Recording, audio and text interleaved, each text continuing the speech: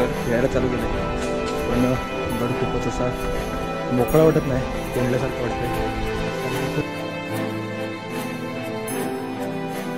महाराज अफजल खानाच्या भेटीला गेले तेव्हा पण या केदारेश्वराचे अभिषेक करूनच गेले, इकडनं निघाले आणि तेव्हा ते सुखरूप इकडनं रिटर्न आले. आणि तिकडे जे दिसते बांधकाम ती अफजल खानाची कबर आहे.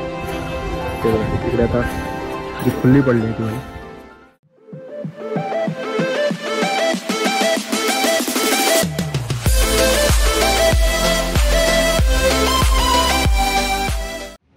नमस्कार मंडळी, स्वागत आहे आपल्या एका नवीन व्हिडिओमध्ये.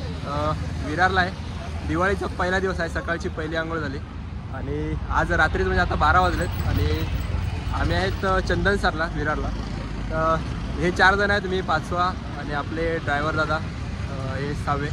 6 जण चाललो आहे. कुठे चाललो आहे तर तुम्हाला माहितीच असेल. तर आता आम्ही प्रवास चालू करतो आहे 12 वाजता रात्रीचा. आता डायरेक्ट सकाळी भेटूया कारण की अंधार खूप आहे, शूट चांगलं होणार नाही आणि फटाके वाजवणं चालू झालं आहे. तर सकाळी भेटू डायरेक्ट आपल्या डेस्टिनेशनला. चला तर मग दिवाळी चालू झाली. होली नाही दिवाळी आहे रे. Holy happy Holy. अबे दिवाली है, चला.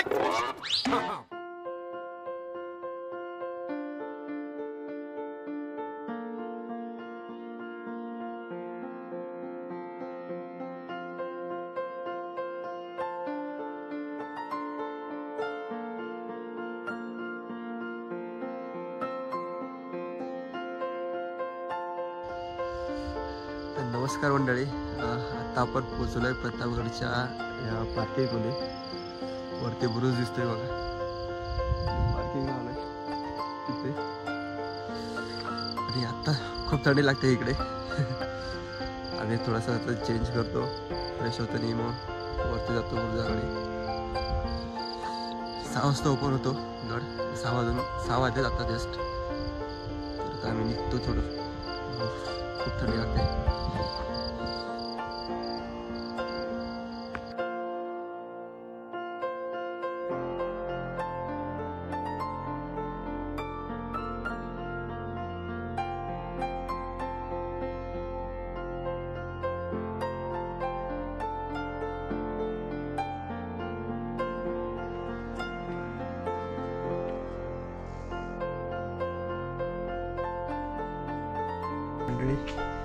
पहिला दरवाजा लागलाय.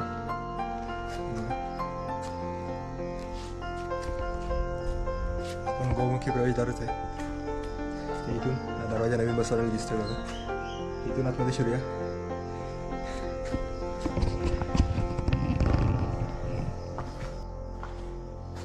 हर हर महादेव.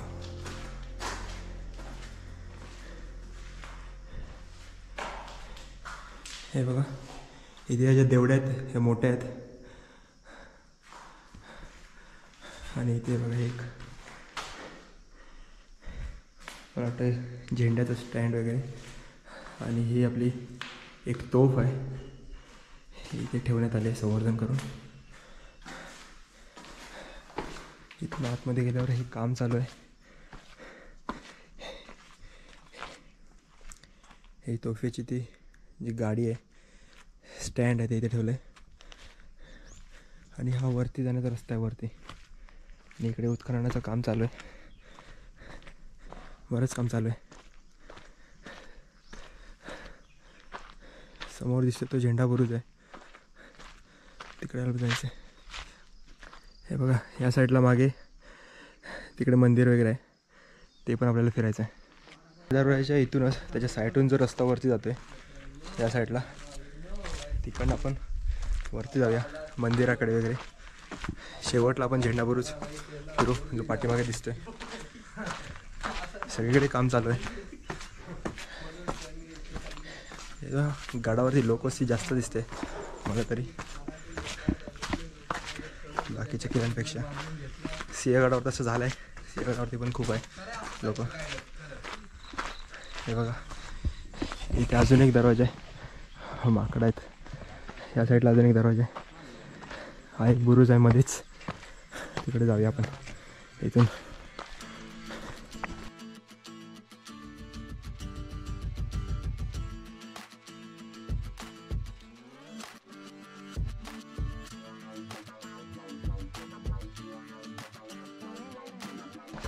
तर मंडळी ह्या बुरुजावरती होतो. इकडं आपल्याला तो झेंडा बुरुज दिसतो पाठीमागे आणि या बुरुजाच्या साईडला जो आपण आता खालून जो मार्ग बघितला ज्याचं काम चालू आहे सध्या संवर्धनाचं काम, तर तो हा रस्ता आहे बघा. असं वाट त्याची वरती होती तिकडनं, पण हा पूर्ण आता बंद झाला आहे कारण की ती माती सगळी त्याच्यावरती आल्यामुळे. असा रस्ता होता.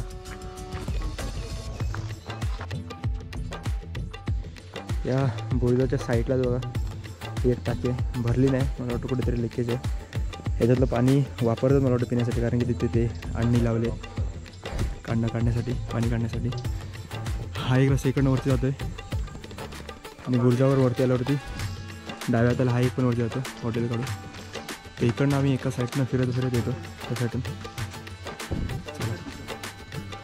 तर मंडळी इकडनं वरती आल्यावरती हे बघा ही अशी एक भिंत दिसते आणि हे भवानी मंदिराचा मार्ग या साईडला दाखवला आहे. आणि इथे एक बघा एक माहिती दिली आहे, नागारखाना, भवानी मंदिर आणि दीपमाळ ही ह्या साईडला दाखवलं आहे. तर आपण त्या रस्त्याने मंदिराच्या आतमध्ये जाऊ आणि त्याच्या परस्पर इकडे हा रस्ता गेला तो त्या साईडला गेला आहे.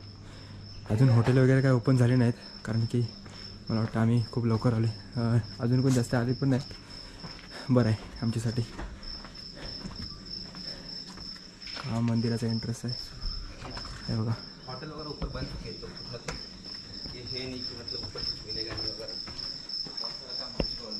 खूप मोठं मंदिर आहे.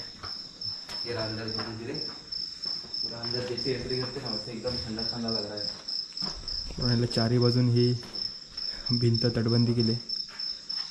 चला आतमध्ये जायचा रस्ता बघूया कुठे आहे. आणि इथेच आहे बघा मंदिराच्या या आवारामध्ये या लहान मोठ्या तोफा ठेवल्यात बघा. ही हाताने वापरायची तो वाटे बघा. ही स्टँड आहे वरती पकडून आता जे शॉटगन वगैरे असतात त्याच्यासारखी दिसते बघा पूर्ण. हे बघा येतो बघा किती छोटे आहेत. बंदुकीसारख्या वापरायचा केला जात असा तेव्हा, कारण की खूप छोट्या आहेत, न्यायला आणायला सोप्या. तोफाच आहेत त्या छोट्या.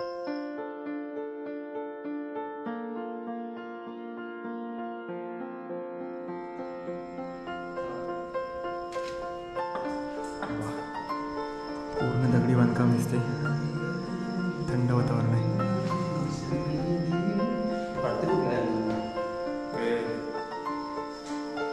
पूजा चालू आहे आतमध्ये.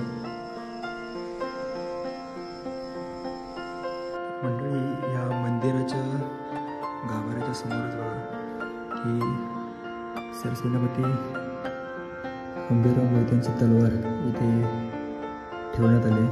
ज्या तलवारीने सरसेनापतींनी 600पेक्षा अधिक सैनिक मारले होते अशी ही तलवार आहे.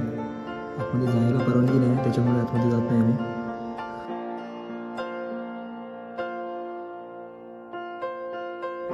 तर मंडळी मंदिराच्या साईडलाच मंदिराच्या भिंतीला लागूनच बघा हे एक हस्तकला प्रतापगड म्हणून शिवकालीन खेडेक गाव तयार करण्यात आले. त्याच्यामध्ये आता आम्ही शिरलो आतमध्ये, मला वाटतं बंद आहे बघा. इकडे पण जुन्या वस्तू ठेवल्या सगळ्या. जातं आहे मोठं बघा, हे मोठं जातं दिसते. आणि हे आमच्या इकडे याला वाहन बोलतात मला वाटतं. अजून हे मोठं मुसळसोबत जे कुटण्यासाठी मसाला वगैरे वापरतात. हे मला वाटतं वरती अजून मोठं होतं असेल, तुटलेलं आहे. हे पण मला वाटतं जातच होतं असेल. त्याच्यावरची अजून एक चक्री नाही. ही एक तुटलेली तोफ आहे. हे छोटं वृंदावन दिसतं आहे. ही मोठी तोफ आहे.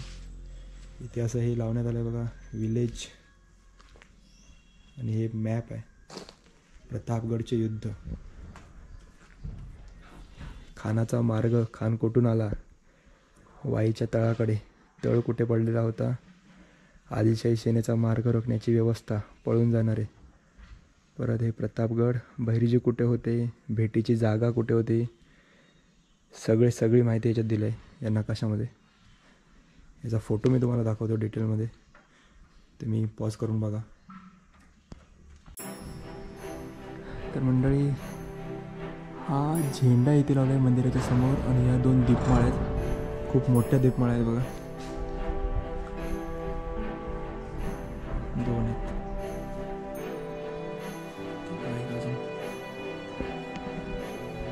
दिव्यांनी उजळल्यावर काय भारी दिसत असेल ते.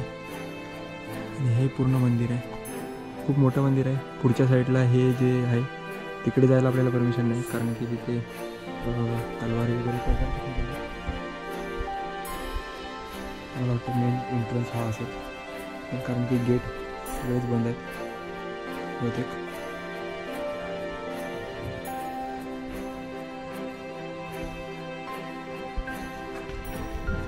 मंडळी गड फिरायला चालू केलं, पण गड खूपच असा मोकळा वाटत नाही, कोंडल्यासारखं वाटतंय, कारण की खूप सारे बांधकाम त्याचे हे दिसतंय लोकवस्तीमुळे. खूपच बांधकाम आहे केलेलं रस्त्याच्या साईडला. असं रस्त्यावरून साईडला जायला कुठं रस्ता नाही, अशी अवस्था आहे.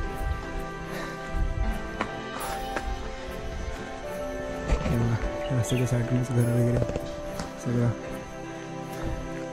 म्हणजे जो मार्ग दिला तिकडनंच जा, इकडे तिकडे फिरायची काय हेच नाही, वाटच नाही, मोकळा वाटत नाही गड, एवढंच म्हणायचं आहे. थोडंसं पुढे आल्यावरती हे बघा, हे हनुमान मंदिर आहे. केदारेश्वर मंदिर त्या साईडला दाखवते, बालेकिल्ला पण त्या साईडला आहे. तर मारुतीरायाचं दर्शन घेऊया.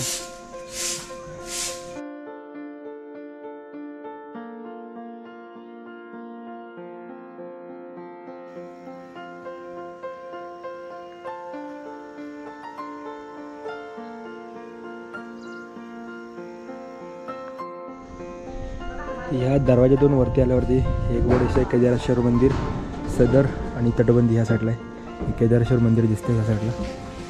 अजून एक रस्ता इकडे जातोय, तर आपण केदारेश्वर मंदिराकडे जाऊया.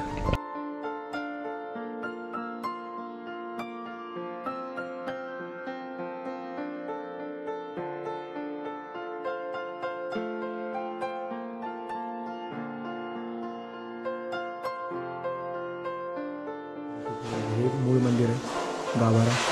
वरती बघा, वरचे पण जे आहे ते कोसळलेलं आहे. कळस दगडी कळस दिसतोय, तो पण ते पूर्ण दगडाचं बांधकाम आहे. तर मंडळी 1656मध्ये जेव्हा या गडाचं बांधकाम चालू झालं तेव्हा इथे एक शिवलिंग सापडलं. ते शिवलिंग म्हणजे हे केदारेश्वर. तर हे केदारेश्वरचे मंदिर इथे स्थापन केलं महाराजांनी. तर त्याच्यानंतर जेवढे पण महत्त्वाचे निर्णय असायचे महाराजांचे या गडावरही, तर ते ह्या केदारेश्वराच्या समोरच घेतले जायचे.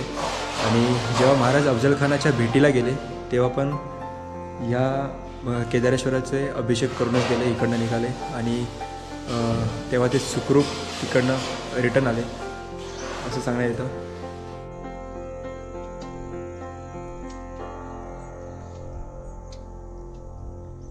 तर मंडळी, या तळबंदीवर जरा पुढे आल्यावरती हे दृश्य आपल्याला दिसतंय. पाठीमागे महाराजांचा पुतळा दिसतोय, अश्वारूढ पुतळा आहे. आणि तो पुतळा जिथे बसवण्यात आला आहे ती जागा म्हणजे महाराजांचा राजवाडा तिथे होता असं सांगण्यात येतं. त्या राजवाड्याच्या वरतीच, म्हणजे त्या जागेवरतीच तो पुतळावरती बसवलेला आहे. तिथे जाऊ आपण, जवळून बघूया.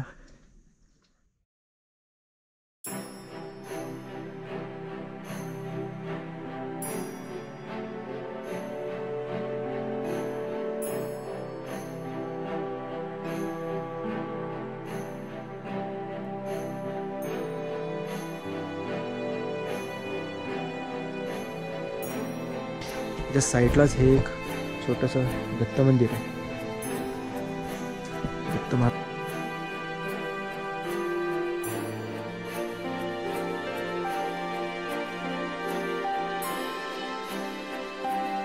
मंडळी, या पुतळ्याच्या अजून एका बाजूला हा खुला रंगमंच आहे. जिकडनं आपण वरतून आलो की त्या साईडला ते गार्डन होतं, या साईडला हा खुला रंगमंच आहे.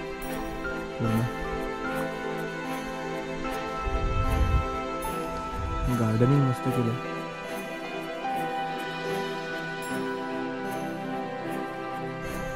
पुढे चालत चाललंय.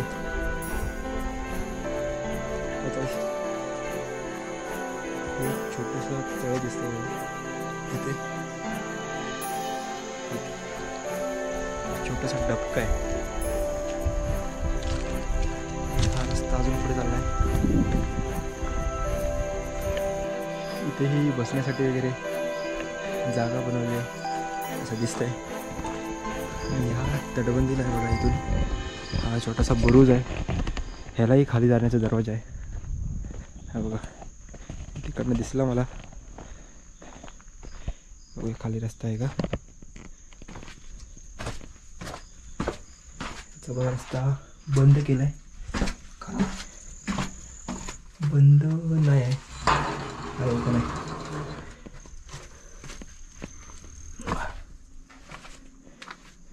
हे बघा फुलपाखरू मोठा आहे. तर असा हा छोटासा दरवाजा ह्या साईडला पण आहे.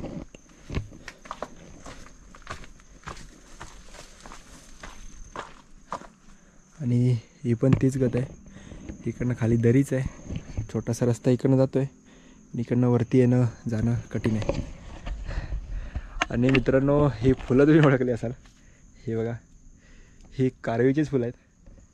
इथे पण आली होती मला वाटतं. अजून खूप सारी झाडं दिसतात बघा, ही सगळी लाईन दिसते ही पूर्ण या तटबंदीजवळ. ही कारवीच्या फुलांचीच आहे, निळीवाली फुलं ही बघा. मध्ये मध्ये आले आहेत, पूर्ण फुलले नाहीत.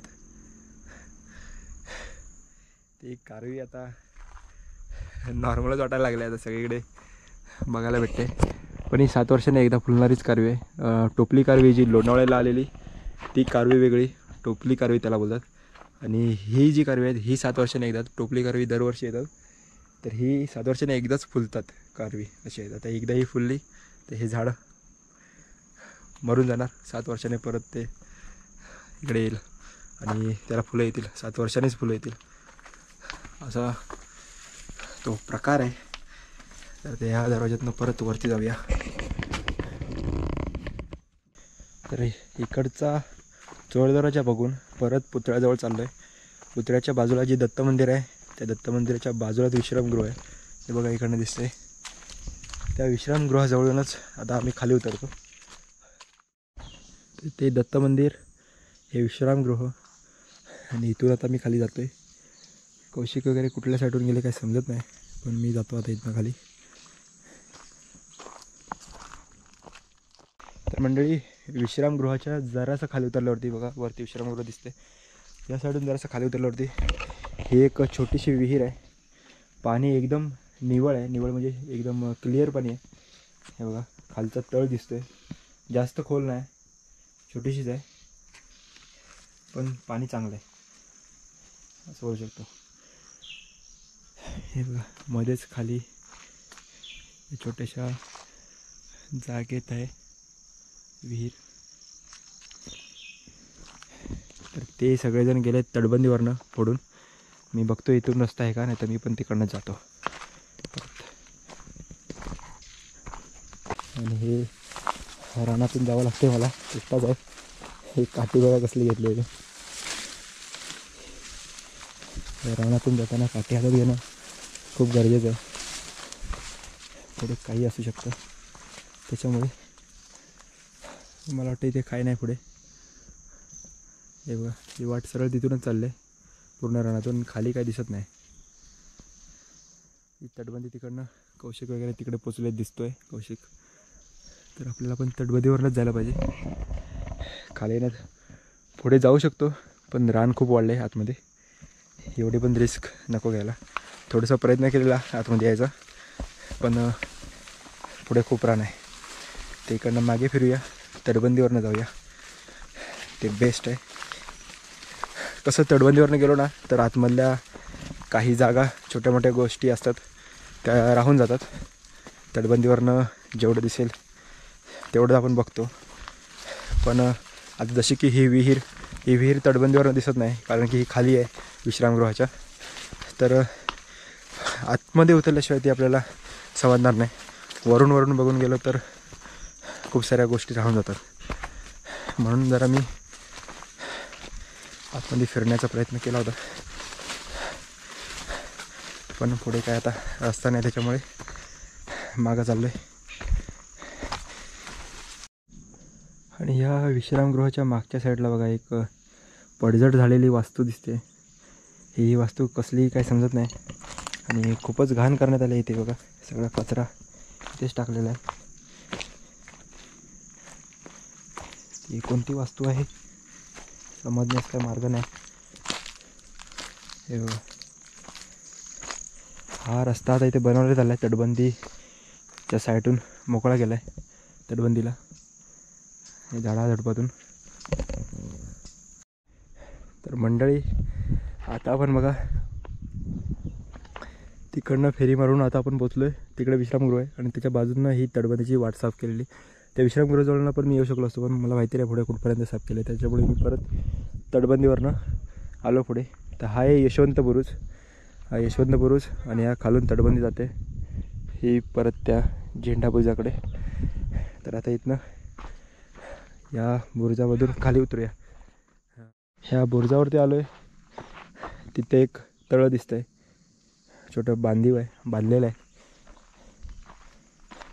तर ही जी बुरुजाजवळ किंवा तटबंदीजवळ जी तळी दिसतात ती मेन करून ह्याच्यासाठी असायची की जेव्हा पण या बुरुजावरची जेव्हा तोफा लावल्या जायच्या किंवा तेव्हा तोफा लावल्यावरती तेव्हाची माणसांना त्या आवाजाचा किंवा त्या उष्णतेचा तोफेची ती झळ त्यांना बसू नये, त्याच्यामुळे इथे जवळच ते हे तळी असायची, जेणेकरून तोफेला बत्ती दिल्यावरती जो तो गोळा लावणारा माणूस असेल तो त्याच्यामध्ये उडी टाकायचे, जेणेकरून त्यांना त्रास होत नसायचा त्याचा फारसा. तर हा बुरुज आहे, यशवंत बुरुज आहे. आणि हा हे बघा हे तळ आहे, हा तळ आहे. आणि ही इकडनं खाली उतरायची जागा आहे. बरोबर खाली उतराय. तिकडे पण एक छोटंसं तळं ते तयार झालेलं वाटतंय, पण आहे. तटबंदी जी तिकडनं आली आहे ती अशी पूर्ण इकडनं कवर झाली. इकडनं या बुरुजावरून खाली उतरलो आहे आणि ही परत आपल्या त्या झेंडा बुरुजाकडे जाण्याचा मार्ग इकडनं आहे.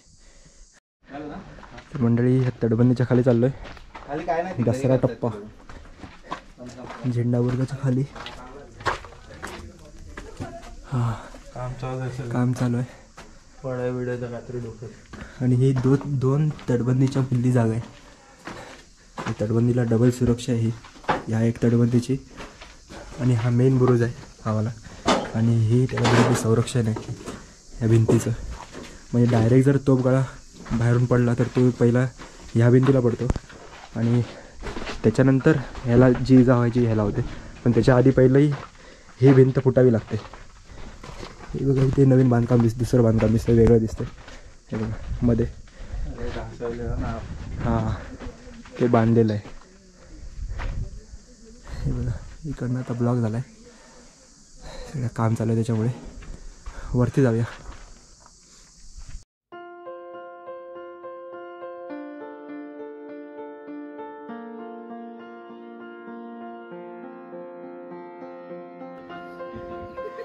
तर मंडळी तटबंदीवरती आपण बुरुजावरती आहे, झेंडा बुरुजावरती. आणि हा प्रतापगडाचा व्ह्यू आहे. आणि ह्याच्या खाली बघा तिकडे जे दिसते ही पार्किंग आहे, खाली ही वाली पार्किंग आहे.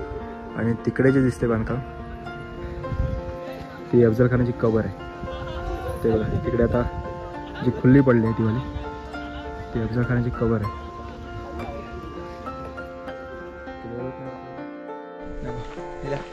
तर आता गड उतार झालं, 10 वाजलेत, आसपास 10 वाजलेत. आणि गड उतार झाल्यावरती आता चालू आहे पार्किंगला. आणि तिकडनं आता आम्ही सध्या नाश्ता करतो, कारण की सकाळपासून काहीच खाल्लं नाही. पाणी पण नाही प्यायलेलो, पाणी प्यायला तोंड वगैरे धुवून गेलेलो. तर आता नाश्ता करायला चाललो आहे आणि तिकडनं ठरवूया मग पुढे कुठे जायचं. नाश्त्यामध्ये काय खाणार बघू काय भेटेल. मिसळपाव खाणार, ठीक आहे. त्यांना जे खायचं ते खाऊन दे. मला बाहेरून पण इडली बिडली खातात, एवढे नखरे नाही करायचे, भेटेल ते खायचं. मिसळपाव लिहिलंय बाई तिकडे, क्लिअर लिहिलंय मिसळपाव. नाही भेटलं हॉटेल चेंज करा, विषय संपला. ठीक आहे, चला मग हा व्हिडिओ इथेच थांबवतो. भेटूया पुढच्या व्हिडिओमध्ये, बघूया पुढचा व्हिडिओ काय असणार आहे हे बघण्यासाठी आपल्या चॅनलला नक्की सबस्क्राईब करा. सबस्क्राईब पुन्हा भेटू सबस्क्राईब दुसऱ्या व्हिडिओमध्ये. Bye bye.